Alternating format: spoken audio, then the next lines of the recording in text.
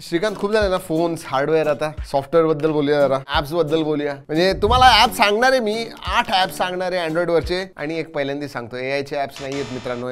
These are proper useful, super duper useful, some fun apps are also there. आणि literally सांगतो प्रत्येक app ऐकल्यानंतर तुम्हाला असं वाटेल की मी डाउनलोड केलं पाहिजे. फॉर एक्झाम्पल टाइम वाईज, काय माहिती का टाइम वाईज हे मी खूप आधीच सांगितलेलं, पण हा ऍप सगळ्यांकडे पाहिजे, जास्त लोकांकडे नसतो. तुम्ही काय करता, तुमचा फोन किती वेळा उघडता, किती कुठले कुठले ऍप्स वापरता, किती तास वापरता, प्रत्येक दिवसात किती तास तुम्ही वापरता फोन, हे सगळ्या गोष्टी येतात. हा डिजिटल वेलबिंग आहे, पण मी म्हणेन डिजिटल वेलबिंग ऑन स्टेरॉइड्स, आणि खूप छान इंटरफेस वगैरे. आणि जर का पहिल्यापासून वापरत असेल ना तर अक्षरशः 2024चा पूर्ण रिपोर्ट कार्ड देतो. आमच्या इथं अनंत आहे जो बेसिकली साऊंड वगैरे करतो, त्याचं माहिती आहे का 100 तास काहीतरी स्विगीवरती होता. तर असे सगळे कुठले ऍप्स वापरता, काय काय वापरता, किती वेळा फोन उघडता, हे सगळं कळतं. तर टाइम वाईज आहे ऍपचं नाव. दुसरं ऍप जे आहे ना ते बेसिकली छोटे दुकानदार वगैरे असतात ना त्यांच्यासाठी आहे. त्याचं नाव आहे पॉकेट कॅल्क्युलेटर. आणि हा आपला नॉर्मल कॅल्क्युलेटर असतो, तुम्ही नंबर्स दाबा आणि मग ऍडिशन सबस्ट्रॅक्शन वगैरे करतं, पण ह्याच्यामध्ये भरपूर गोष्टी देतात. EMI कॅल्क्युलेटर आहे,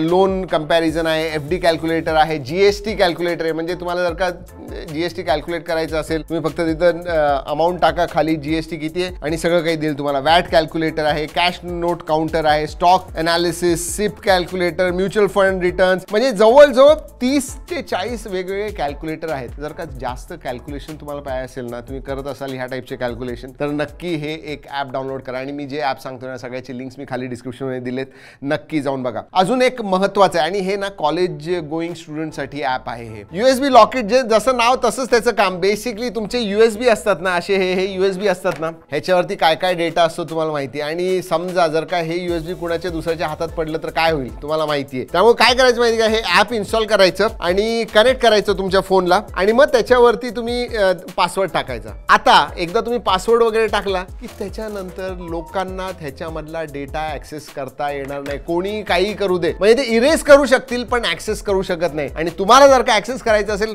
परत टाका, अनलॉक करा अँड देन ओपन इट. म्हणजे PC मध्ये टाका, फोनवरती ठेवा, कसंही करा, only you can access it. फार महत्वाचं आहे. सांगा मला, तुम्ही कॉलेज स्टुडंट असाल तर कायसाठी वापरताल हे जे ॲप आहे ते नक्की सांगा. पुढचं जे आहे ना हे खूप महत्त्वाचं झालं आहे आजकाल. म्हणजे 2-3 वर्षापूर्वीपर्यंत फ्लिपकार्ट, मिंत्रा, अमेझॉन हे महत्त्वाचं होतं. आजकाल आपल्याला त्याच्याहून जास्त महत्त्वाचं काय झालं आहे, झेप्टो, ब्लिंकिट, इन्स्टामार्ट हे सगळं. आणि त्याच्यावरती जर का तुम्हाला काही घ्यायचं असेल, तुम्हाला जर का कम्पेअर करायचे असतील प्राइजेस त्या एका गोष्टीच्या, कुठल्या प्लॅटफॉर्मवरनं घ्यायला पाहिजे, तर तिन्ही ॲप ओपन करा, सर्च करा आणि नंतर मग बघायला लागतं. नको, क्विक कम्पेअर नावाचा ॲप आहे तो. एक्झॅक्टली तुम्हाला हे बघा, आता आम्ही हेडफोन सर्च केलं, इथं सर्च आलंय, इथं ह्याची प्राइस काय, ब्लिंकिटची प्राइस काय, BB नाऊची प्राइस काय, झेप्टोची प्राइस काय, इव्हन डीमार्ट मध्ये ते कितीला मिळतं हे सुद्धा ते दाखवतं. म्हणजे 4-5 वेगवेगळे प्लॅटफॉर्मच्या प्राइसेस काय आहेत आणि सगळ्यात स्वस्त कुठं मिळेल हे तुम्हाला दाखवतं. आणि तुम्ही फक्त क्लिक करा त्याच्यावरती, जाऊन सरळ ओपन करतं and then you can just go and buy it. शेवटच्या 2 ऍप्स आहेत ना त्या तर जबरदस्त महत्वाचे आहेत, पण त्याच्या आधी इन्स्टा आर्काइव्ह हे सुद्धा महत्वाचं आहे. आजकाल बुकमार्किंग आहे बघा,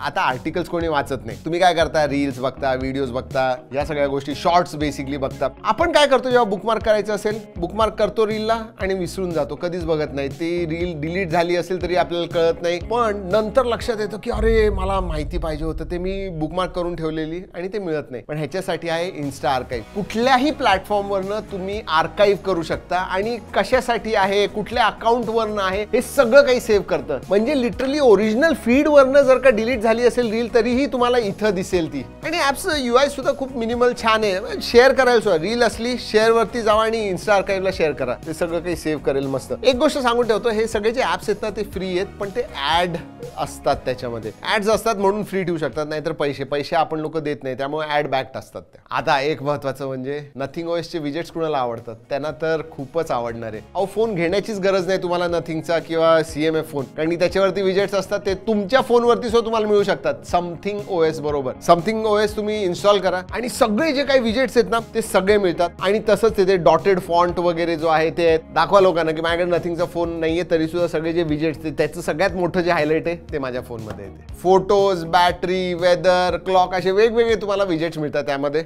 try it out now. Probably the most important app blip. आपण क्विक शेअर वापरतो, लोकल सेंड वापरतो. आता लोकल सेंड असतं तर तुम्ही सेम नेटवर्कवरती पाहिजे, मग तुम्ही शेअर करू शकता आणि ते फाईल लिमिटेशन असते. आता तुम्ही म्हणाल क्विक शेअर आहे, पण क्विक शेअर काय करतं माहिती का, 10 GB पर्यंत तुम्हाला देतं ते फाईल साईज शेअर करायला, पण आधी एका ठिकाणी अपलोड करणार आणि मग पुढचा माणूस ज्याच्यावर तुम्ही शेअर केले त्यावर डाउनलोड करू शकणार. पण नवीन ॲप आहे ज्याचं नाव आहे ब्लिप. अनलिमिटेड फाईल साईज, म्हणजे 1 TB, 10 TB, 100 TB, काही प्रॉब्लेम नाही, तुम्ही शेअर करू शकता आणि इन्स्टंटली. आणि ह्याच्यामध्ये काय होतं माहिती का, तुम्हाला शेअर करायचं नाही, त्याचा ईमेल आयडी वापरायला लागतो. तर युनिक आयडेंटिफिकेशन जे आहे याच्यामध्ये ते म्हणजे तुमचा ईमेल आयडी. याचा अर्थ काय, इकडनं तो अपलोड होतोय आणि पॅरलली तो डाउनलोड सुद्धा होतोय. Imagine. I think we are going to shift. आम्ही आता जेव्हा बाहेर जातो तेव्हा भरपूर डेटा आम्हाला ट्रान्सफर करायला लागतो. अशा वेळेला blip will be a beautiful platform. माझ्या हिशोबाने ट्राय करा. महत्त्वाचं सांगायचं राहिलं, सेम नेटवर्कवरती असण्याची गरज नाही. तुम्ही वेगवेगळ्या मोबाईल नेटवर्कवरती आहात, एक वायफायने शेअर करते आणि दुसरं मोबाईल नेटवर्कने डाउनलोड करते, काही प्रॉब्लेम नाही.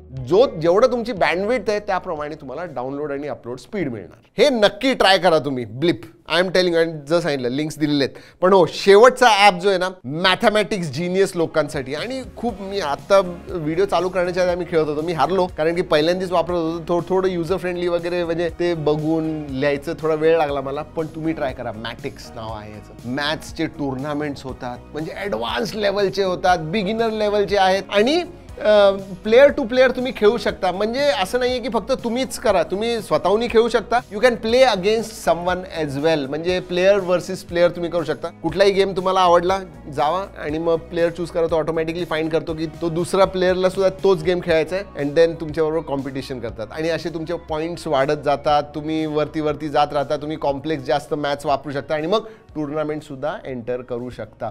खूप जबरदस्त ॲप आहे. म्हणजे सिरियसली मॅथ्स जर का तुम्हाला आवडत असेल ना, you are going to love this. म्हणजे तासन तास तुम्ही खेळत बसाल. कसे वाटले यावेळीचे? मला सुद्धा अतिशय ॲप्स आवडलेले आहेत. मी माझ्या फोनवरती या 8 पैकी 6 का 7 ॲप्स इन्स्टॉल करून वापरतो. So you also do it. आणि जर का आवडलं असेल, येस, व्हिडिओला लाईक करा. चला मित्रांनो, या व्हिडिओमध्ये एवढंच. पुढच्या व्हिडिओपर्यंत जय हिंद, जय महाराष्ट्र.